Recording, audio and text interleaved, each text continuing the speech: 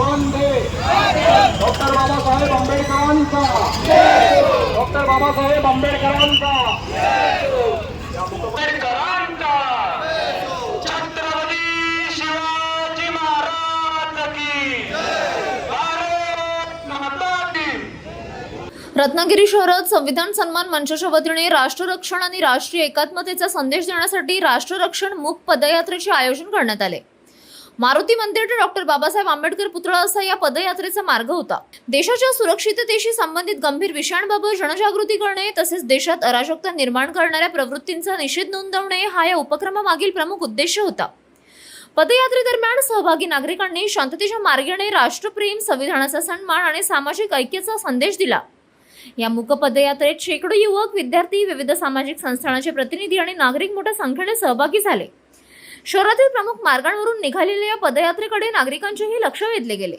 उपस्थितांनी देशहित सर्वोच्च मानून सामाजिक सलोखा आणि राष्ट्रीय एकात्मता जपण्याचे आवाहन केले। या उपक्रमातून शांततापूर्ण मार्गाने राष्ट्रहिताचा संदेश देत नागरिकांमध्ये जागरूकता निर्माण करण्याचा प्रयत्न करण्यात आला।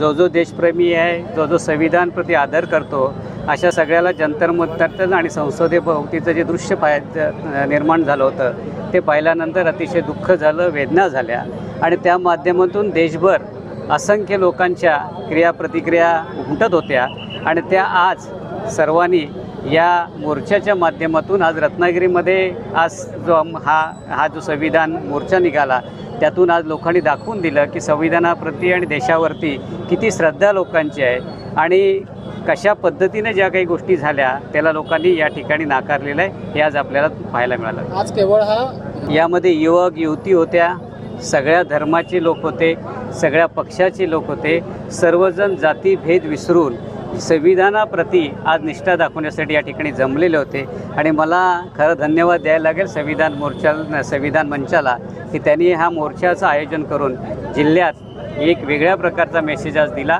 आज रत्नागिरीमध्ये सगळ्यात भव्य आणि दिव्य अशा पद्धतीचा संविधान प्रतीचा हा मोर्चा झाला।